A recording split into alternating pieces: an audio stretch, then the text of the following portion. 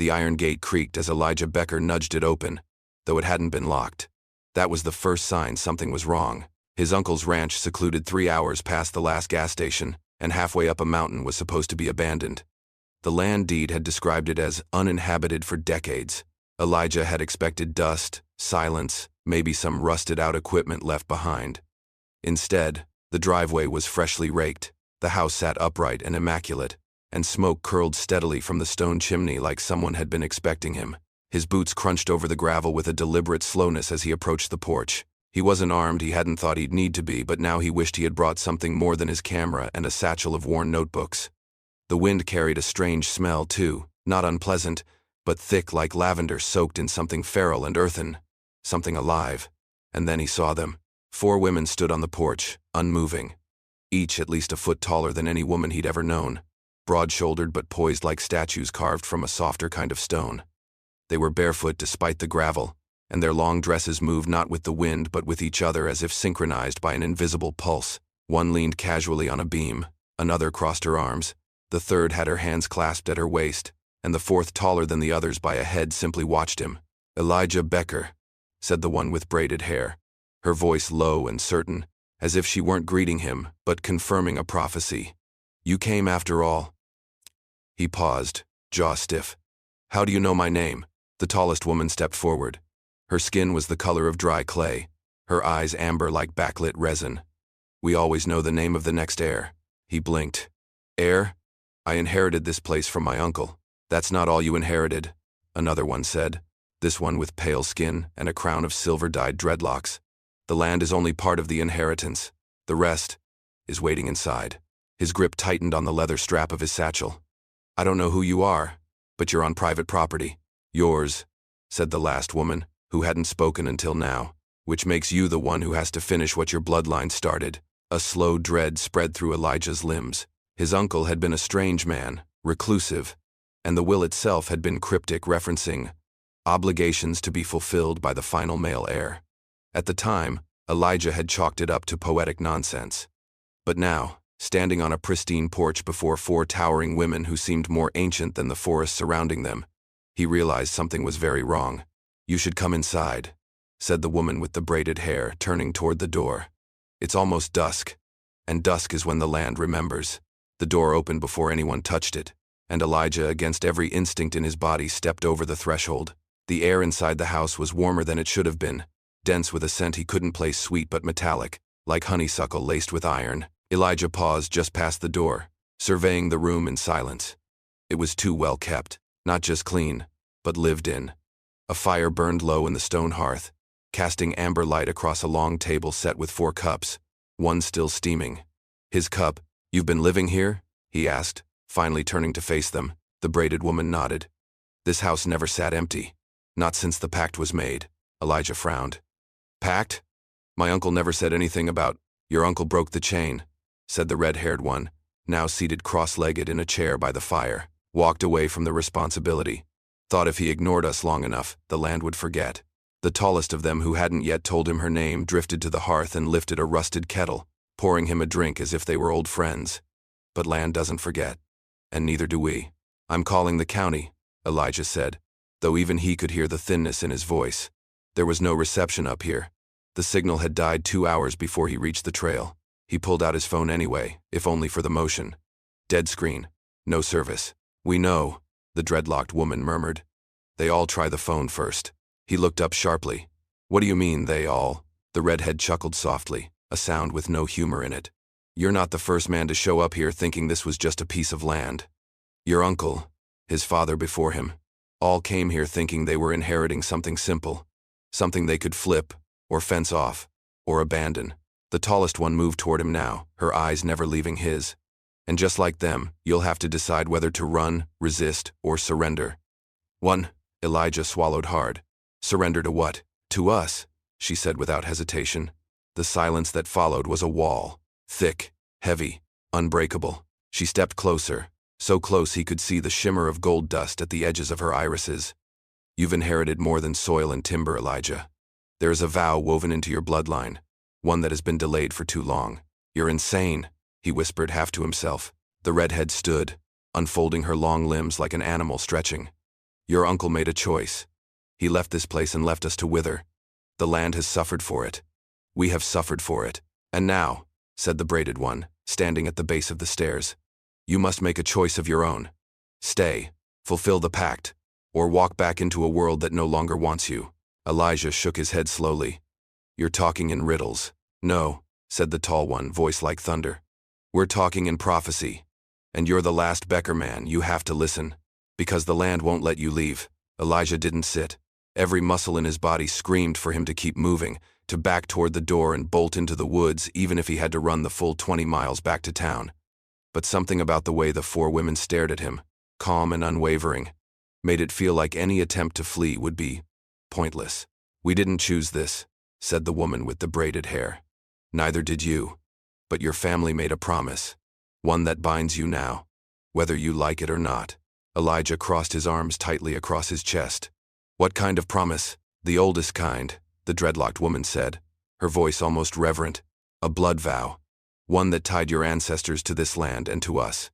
In exchange for prosperity, they offered their sons to the guardians of the valley. The... what? Elijah blinked. The tall woman spoke now. We are not just caretakers of this house. We are the stewards of this soil. The harvests, the rain, the birth of livestock, they all flowed because of the bond between our kind and yours. But it required balance. One man, 4 women, every generation. Elijah took a step back. You're saying my ancestors, what, slept with you? As some kind of offering? Not offering, the redhead corrected. Joining. His mouth opened, but no words came. This was delusion. Cult behavior. He'd walked into some bizarre spiritual commune squatting on his property, and now they were feeding him folklore dressed up as divine destiny. But the look in their eyes wasn't feverish or manic. It was steady, almost mournful. You think this land grew lush on its own? Asked the tall woman, stepping forward. Your uncle didn't water these fields. He didn't till this soil. We did. But only with the energy that came from the ritual. From the union. Elijah's voice came out harsher than he intended. You're talking like you've been here forever. We have. The woman with the braid said softly. We don't age the way your kind does. Our bodies shift, but we do not decay. Because the land sustains us. As long as the vow is honored. He paced in slow, uncertain circles, trying to rationalize any of this. So, what if I don't go along with this? Joining the land dies? The land has already started dying, said the redhead. Since your uncle broke the chain, droughts have returned, fields have hardened. The creatures that once protected the perimeter vanished. We're fading, and the land knows it. You don't have to decide tonight, said the tall woman, her voice now softer, almost maternal. But know this, Elijah Becker, the pact your family made cannot be avoided. It can only be fulfilled, or abandoned. And if I abandon it? He asked. The 4 women shared a look. Not anger, something closer to pity. Then you'll leave this place changed, the dreadlocked woman said, but never free. And from the shadows behind the hearth, the silent 4th woman watched, and nodded once. That night, Elijah barricaded the door to the guest room and shoved a chair under the knob, despite the women's assurance that no one would disturb him. He didn't trust any of them, not their calm stares, not their poetic warnings, and especially not the idea that his entire bloodline had somehow signed him up for an ancient reproductive contract. It was madness, but the more he tried to dismiss it, the more something inside him whispered otherwise. The room was simple, too simple. No dust, no cobwebs, no creaky floors. It felt like it had been prepared just for him. The bed was firm, the sheets clean. A small wooden carving of a spiral sun sat on the windowsill, worn smooth as if it had been touched by many hands. Elijah tossed it into a drawer without looking twice. He didn't remember falling asleep, but the dream was immediate. He was back in the kitchen, but it looked different, older, flickering in candlelight. The air was thick, humming with voices he couldn't hear but somehow understood. All 4 women stood around him, not touching, but close. They weren't naked, but their garments clung to them like they had been dipped in oil. Their eyes were soft but sunken, hollow. They looked hungry. Not for food, not even for touch, for something spiritual. He tried to speak, but his mouth produced no sound. One by one, they reached out not to grab him, but to trace their fingers through the air around his body, mapping an outline of something unseen. It was the redhead who finally spoke, but her lips didn't move. He won't understand unless we show him. The room vanished. In its place, Elijah saw flashes. Rapid, brutal images, fields rotting to dust, rivers turning black, newborn calves shriveled and still. Then, bodies. Not human, not quite. Like carved statues of the women cracked, collapsing, hollowed from within. Then a whisper. We've been starving for years. He jolted awake, drenched in sweat. His chest burned like someone had pressed a hot brand over his heart. He threw back the covers and stumbled into the hallway, nearly slipping on the polished wood. They were waiting. All four of them, seated in the parlor, cloaked in robes that shimmered like wet bark. No candles, no fire. And yet the room glowed as if lit from within. The silent one stood first. She walked to him slowly, barefoot, pale, her eyes milky but deep. She touched his chest right where the burning had begun and held her palm there without speaking. The pain vanished. Elijah, said the tallest one gently. You've seen it now. He didn't answer. Every year without a union the land loses something. So do we. You think I'm just going to give myself to this? He asked, breathless on the edge of panic. No, said the redhead rising. We don't want what isn't given freely. But understand this, the woman with braids added, her voice thick with emotion. We weren't left behind. We were abandoned. And when your kind leaves things starving long enough, they learn to feed themselves. Elijah didn't sleep after that. Not really. He lay in the bed, sheets clinging to his damp skin, staring at the ceiling until morning painted the windows in thin lines of gold. The house creaked around him, not ominously, but rhythmically, like it was breathing. Alive. Waiting. He got up before the sun cleared the trees and stepped outside, hoping cold air would clear his head. It didn't. Instead, he found one of them waiting for him at the edge of the barn. She was the quietest one, the woman with silver dreadlocks and skin like rich soil. She didn't speak right away, just stood barefoot in the frost-kissed grass, a woven basket of eggs in one arm. Her long robe fluttered slightly in the wind, and for a moment, she looked like something out of a storybook. A dream Elijah wasn't sure he wanted to wake from. You don't have to pretend anymore, she said finally. Pretend what? That you're only confused. She turned to face him fully, her gaze soft but unblinking. You're afraid, yes, but underneath that, you're curious. You feel it, even if you won't admit it. He swallowed hard. You don't know anything about what I feel. She stepped closer. Don't I? She reached up not to touch him, but to gesture to the scar on his chest. It was faint, old, hidden under his collarbone. A burn from when he was a child.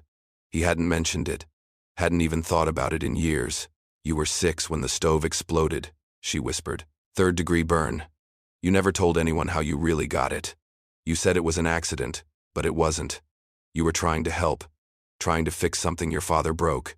He froze. How? Because the land told us. Her voice didn't rise, didn't press. It just was, like water smoothing stone. It's always been inside you, Elijah. You've been craving something real your entire life. Something rooted. That's why you've never been able to stay anywhere for long.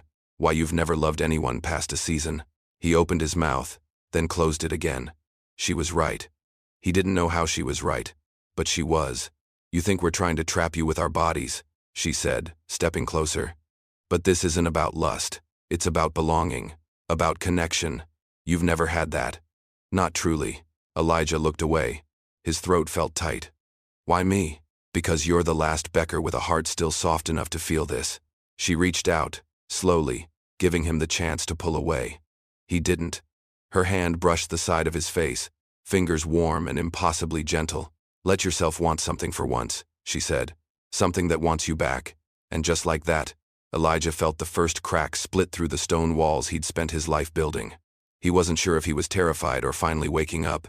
Elijah followed her in silence as she led him past the barn, past the rusted equipment and weather-beaten fences, into a part of the land he hadn't seen before. The trees here were older, gnarled and wide, with roots that seemed to claw from the ground like fingers frozen mid-reach. The air thickened with every step, quieter, like even the birds refused to speak. At the edge of the woods, the trees opened into a clearing, and at its center, half swallowed by time and moss, stood a massive petrified tree. No leaves, no branches, just a blackened trunk that rose like a pillar toward the sky, cracked and scored with carvings that shimmered faintly under the morning light. This is where the vow began, the tall one said from behind him. She had appeared silently, the other two following behind. All four now encircled him in the clearing. Elijah turned slowly in place. "What is this?" "The heart tree," said the redhead, laying a hand on the trunk. "Planted when the first Becker arrived in this valley. Your great-great-grandfather. He was lost, starving, and the land was wild then, untamed. Until he met us," said the braided one. "Back when we were only whispers in the soil, shadows in the river. He asked for help, and we offered it. But not for free," the dreadlocked woman added. "Nothing sacred ever island." Elijah stepped closer to the tree. The carvings were ancient symbols, names, constellations etched into the bark-like language from a forgotten world. He reached out, tracing one of the spirals. His fingers tingled. "This isn't just a story," he whispered. "No," said the tall woman. "It's a contract. Not written on paper but on flesh, on wood, on blood." He turned to face them. "And you're saying I'm supposed to, what? Sleep with all of you? To renew this?" The redhead tilted her head. "This isn't about conquest. It's about communion. It's about binding your essence with ours. Your will, your memory, your name. We are not women you lie with. We are forces you join." He looked back to the tree. "And what happens if I do?" "The land heals," the tall one said. "The crops return. The animals breed strong. The storms pass around us. We flourish together. And if I don't, the land dies," said the woman with the braids. "And we fade. Not with anger, not with vengeance, but with grief." Elijah's hand was still on the bark, warm now beneath his touch. The carvings pulsed, faintly glowing like coals. In his chest, something long dormant stirred ancestral memory. Blood recognition. "They were like me, weren't they?" he asked. "The ones who came before. Lost. Unmoored." The dreadlocked woman nodded. "And they found something here no world outside could offer. Union. Not ownership. Not domination. But a pact as old as soil itself." And Elijah Becker, for the first time in his wandering life, no longer felt alone. By the time Elijah made it back to the house, the sun was high overhead, but the wind had changed. It blew hard and low, carrying with it the scent of ash and tilled earth warning signs written in air. The soil around the porch was darker now, almost bruised, and the fence posts he'd passed just yesterday were already beginning to crack, as if the land itself was shrinking inward. He didn't go inside. He went straight to his truck. The keys were already in his hand. He wasn't thinking, just reacting like a flame licking for oxygen. Whatever was happening, whatever magic or madness had embedded itself into this land, he wasn't going to be its sacrifice. He had a life waiting for him outside this valley, didn't he? The truck didn't start. The engine made a sound, weak and watery, then fell silent. No click, no grind, just nothing. The kind of silence that was too final to be mechanical. He tried again, and again. The battery was fine, fuel gauge full, still nothing. He slammed the door and stormed back down the trail, jaw clenched, every step louder than the last. But the road ahead wasn't the same. Trees that had stood clear and open yesterday now leaned inward, their limbs tangling overhead like knotted fingers. The trail narrowed, and then vanished entirely. No birds, no wind, just a wall of green so thick it looked painted. He turned. The four women were standing behind him. None of them had followed him out. They were simply there. "You can't leave," said the tall one. "Not a threat, a truth. Try to understand," said the redhead, her voice gentler than he expected. "We didn't trap you. The land did. It remembers when it's been betrayed, and it's not ready to be left again." Elijah's hands trembled, though from cold or fury, he didn't know. "What do you want from me?" The woman with the silver dreadlocks stepped forward. "Not your money. Not your labor. Not your bloodline. You." He looked at them, really looked. Not just at their height or their mystery, but at the weariness in their shoulders, the hope stitched into their silence. They weren't predators. They were waiting, patiently, painfully. Not for a victim, but for a partner. "For generations," the braided woman said softly. "The Beckers gave themselves willingly, not out of fear, but because they understood that to be part of something bigger than themselves was a gift." "I didn't ask for any of this," Elijah muttered. "No," the tall one said. "But you came anyway." He stared at her. "What if I refuse? What if I walk until my legs give out and die under a tree somewhere? Then we bury you in the soil," she said, "and pray the next Becker listens better than you did." The silence swelled. Elijah looked down at his hands. He had nothing to offer them except the one thing they asked for, himself. Elijah hadn't said yes, not out loud, But he hadn't run again either. He spent the afternoon walking the perimeter of the land, alone. The sky was overcast, the air thick with a pressure that hadn't broken into rain. He kept thinking about his uncle, Marcus Becker, how he'd never once mentioned this place in his letters, only left it tucked away in a dusty envelope marked, "Inheritance, handle with care." Now it all made sense. Marcus hadn't fled because the land failed him. He'd fled because it demanded too much. Just before sunset, the fourth woman came to him. She hadn't spoken once since he'd arrived. She was the quiet one, pale and watchful, always standing at the edges. He hadn't even caught her name. Her silence hadn't unnerved him like the others did. It had unnerved him more, because she saw things the others didn't comment on. She studied him like he was a symbol she was still trying to decipher. Now she stood just a few feet away beneath the old orchard tree, her white dress fluttering in a wind he couldn't feel. "You don't talk," Elijah said, breaking the silence between them. "Why?" She tilted her head, then motioned for him to follow her. He hesitated but followed. She led him past the ridgeline, further than the others had taken him, through thick trees into a hidden hollow. There, nestled between stones, was a pool of still water, black, silent, rimmed with moss and speckled light from the dying Sunday. A stone altar stood nearby, carved with the same spiral markings as the tree. She stepped into the water, slowly, until it lapped at her knees. Then she turned, raised her hand, and beckoned. Elijah swallowed. The wind here was still. The world felt paused. He stepped to the edge of the water and she touched his forehead with 2 fingers. A vision hit him like a lightning strike. A different time. A different man. Another Becker, his great-grandfather, maybe even older, kneeling before the 4 women. Younger but unmistakable. This one held a knife, cut his own palm, and pressed it to the spiral markings on the altar. He wasn't afraid. He looked relieved. He saw years stretch by, fields blooming, animals thriving, the women never aging, but watching each generation with something like reverence. Each man gave himself fully, not out of lust, not under pressure, but as a covenant. And then Marcus, his uncle, leaving in the dead of night, eyes hollow, heart closed, breaking the chain. The land cracked. The water dried. The women dimmed. The silence began. Elijah snapped back into the present, gasping. The silent woman stepped forward and, for the first time, touched her fingers to her own chest, then pointed at his. Not, "I want you," not, "We need you," but "You are like me." He understood now. Her silence wasn't weakness, it was memory, it was guardianship, and she had been waiting for the one who would finally listen. That night Elijah didn't return to the guest room.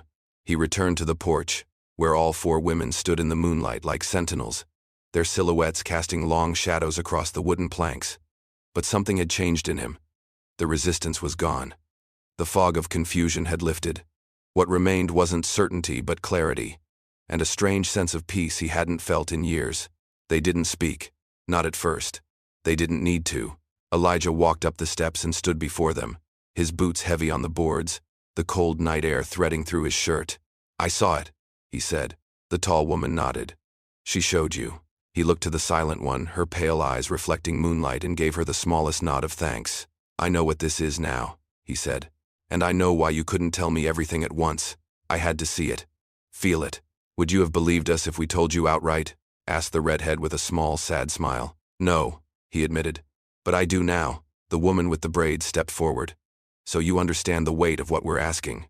Elijah's voice was steady. "You're not asking me to save you. You're asking me to join you, not just in body but in bond, in work, in purpose." All 4 women exhaled together, as if they'd been holding that breath for generations. "This isn't a fairy tale," said the woman with silver dreadlocks. "There will be struggle, work, complications. The land may still test us." "Emson, I don't want a fairy tale," Elijah replied. "I want something real, something worth tending." They didn't rush toward him. They didn't embrace him like a scene from a movie. Instead, one by one, they each stepped forward and placed a hand on his chest, his shoulder, his cheek, his hand, and something clicked. Not lust, not fire, but gravity. 4 lives, one shared rhythm, a union not built in a day, but in generations. "Then it begins again," the tall woman whispered. The sky above them flickered. A breeze carried the scent of wet earth and wildflowers. From deep in the trees, the sound of running water echoed softly where there had been none for years. The land had listened. Weeks passed. The soil softened. Seedlings emerged without prompting. The well, once sputtering, ran clear and full, and Elijah found himself laughing more than he had since he was a boy. The work was constant, the intimacy slow and respectful, but the bond grew naturally. The silent one, whose name he finally learned was Elsha, became the one he turned to in moments of doubt. The others, Thera, Liz, and Marin, became not lovers, but mirrors, showing him pieces of himself he'd forgotten how to see. One morning, he stood at the edge of the field, watching 4 figures work in harmony, and realized he didn't just belong here. He had always been part of this place. He just hadn't remembered yet. The vow was no longer a burden. It was home.